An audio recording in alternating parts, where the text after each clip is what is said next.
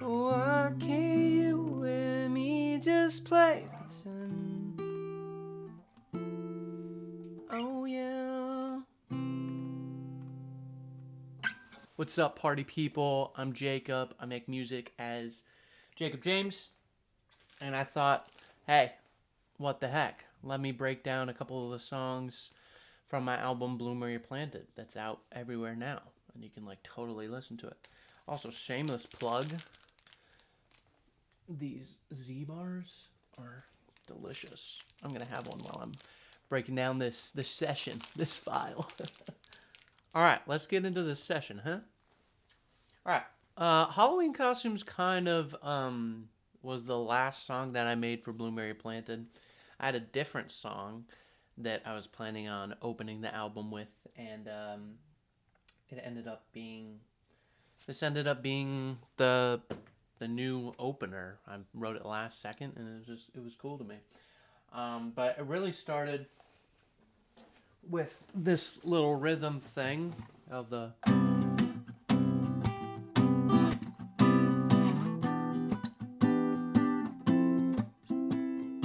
So if anyone's trying to learn how to play it, it's just a C major 7th, E minor 7th, F major 7th, and that's pretty much the entire song, baby. The chorus just goes F major 7th, down to C major 7th, and that's it. That's it, baby. It's rock and roll. But yeah, so I laid down a couple of those tracks. I did this clean studio stack, just panned left and right.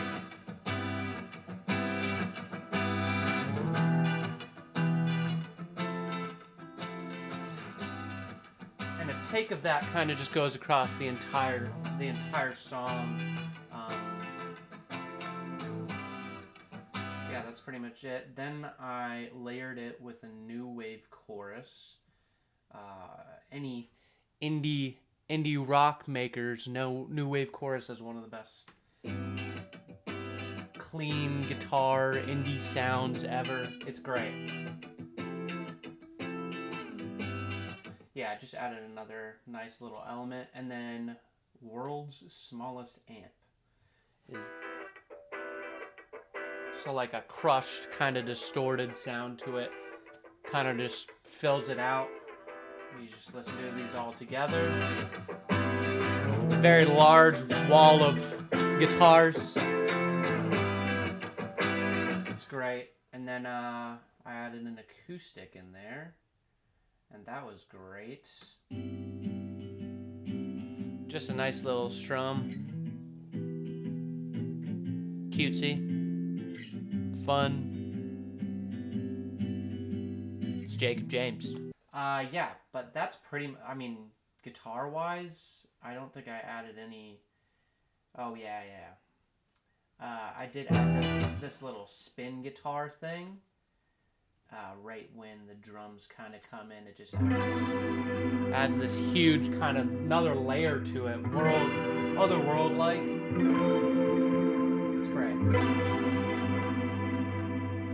Just kind of bouncing around in your ears. Put that with everything else. Now we got some rhythm. Yeah. I don't know. It just kind of adds a little bit to the song. It's great. I love it. But yeah. And then the bass. The bass is so simple. It just comes in a little before the drums. And just kind of plugs on that. As far as the bass sound, I do all my bass DI, so I go directly into my interface. And I just, for the most part, I run 60s combo, the Logic preset, and it's amazing. It's pretty versatile. It adds a lot of low end to your track, and yeah, there's still like a little bit of a thickness to it, which is just great. I love it. I love it.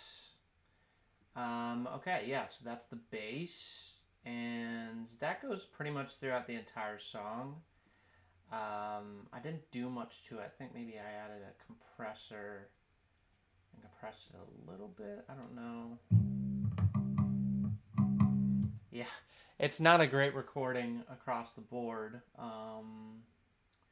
You know, it's just plucking on the ones on the chords. So that's pretty much it for the bass. Let's get into the drums, huh?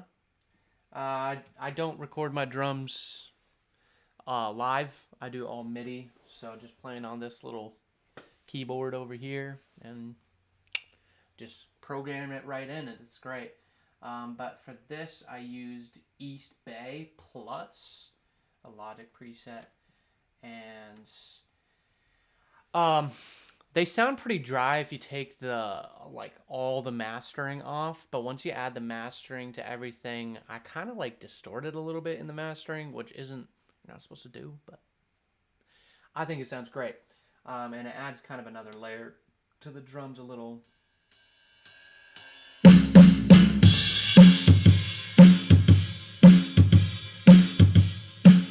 Oh, and fun fact, this song is completely out of time. I think I recorded the guitars and I couldn't hear the metronome well enough. So it's very free flowing throughout the entire song. I wanted it to very much feel like a live band was playing the entire thing. Because I was gearing this for playing it live, and I love playing this one live. It's great. So that was kind of the intentionality behind it. Yeah, but the drums, just a kind of simple beat, simple rock beat, nothing crazy. And then, going back into the... It's great. Yeah, so when we go back into the choruses, and this little breakdown thing here, you add it with all that large layered guitars and the bass, and it kind of just sounds huge.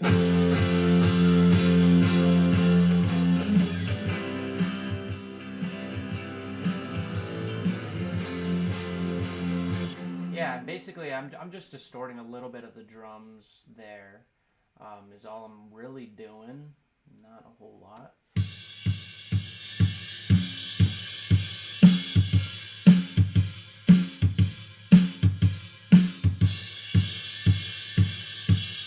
I also don't mix industry standard wise. You're supposed to kind of run it a little bit lower so nothing is clipping really.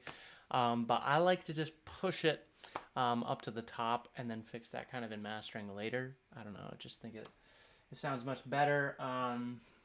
But if the nerds watching this are upset, I apologize. Yeah, but as far as drums and bass goes, that's pretty much it. There's a pad. I use this pad across all of Blueberry Planted. It's just Airways, a free patch in Logic, and it just runs the C chord, the C major 7th chord, I think it's just the C chord, and it just runs that the entire time, and it kind of just gives a whole nother atmosphere to it. I think it sounds great. It just adds adds another level to it, which is great. All right, that's the pad. We did the guitars, we did the drums. Let's take a look at the vocals, huh? So here's my vocal chain. I run it through a noise gate first, then a de-esser, I EQ it a bit, add some pitch correction. Yeah, I have a big response on that pitch correction because I am confident in my singing, but I really love really in-tune vocals and emphasize melodies, so I tend to correct it a little bit more than maybe I should. But I think it just adds a kind of professionalism to the song, and just I use kind of vocals as another instrument rather than the main part of the song, and the instruments are there to help it. I kind of focus on the instruments first, and then vocals as a way to emphasize the instruments. Then I go into a compressor, EQ it again, and then I throw this free plugin. Actually, it might be not free anymore, but J37 by Waves Audio, and I use the male vocal warmth preset, and that just adds like a crisp saturation to it, and it just makes it sound great. So here's my vocals. You can hear the headphones in the back, which is not great. You're not supposed to do that, but like I said, it's rock and roll, baby. It's rock and roll. I'll meet you up at the boulevard. This isn't easy to say. Baby, I don't wanna buy your love, but I'll do it anyway.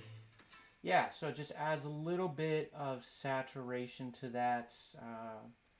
And I felt like this track is very like vintage, Backseat Lovers-esque. So I wanted it to kind of the entire track to feel like it's going through a tape machine, emulate that. So that's kind of what the hope was.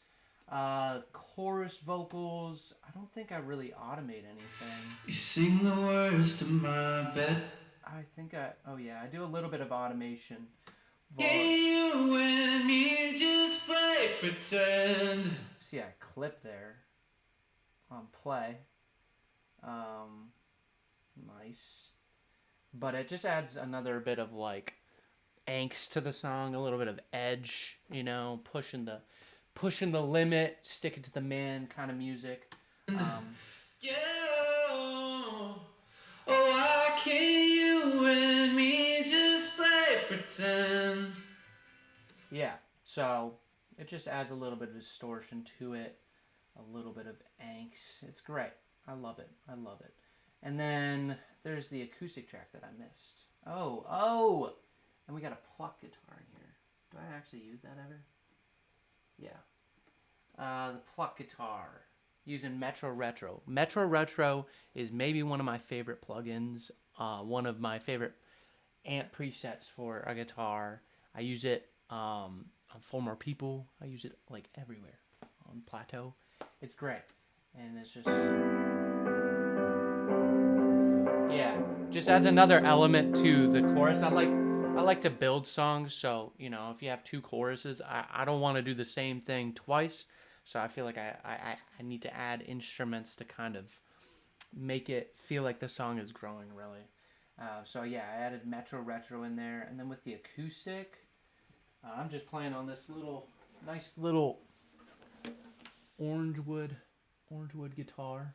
It's dying. This one's dying. First fret is out. So I gotta get a new guitar, but this baby served me well. It served me well.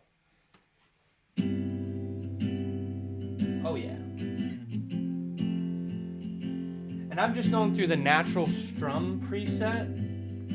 So I just recorded I'm recording my vocals right now on this little Audio-Technica 2020. And then I just record all my guitars on that. And it's pretty great. It picks it up pretty well and makes it sound very nice, like this.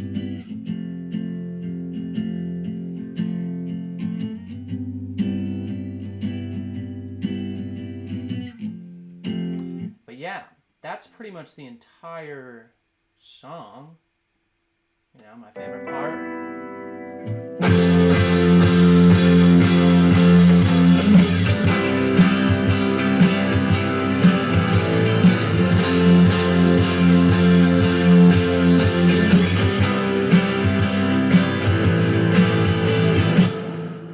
That's nice. I like that. So that's my song, Halloween Costumes. Pretty proud of it. Pretty freaking proud of it. If you haven't listened to it, go check it out. If you haven't listened to the album, go check it out. And very soon, new music will be coming out. I promise. I pinky swear, guys. I pinky swear. But yeah. Adios.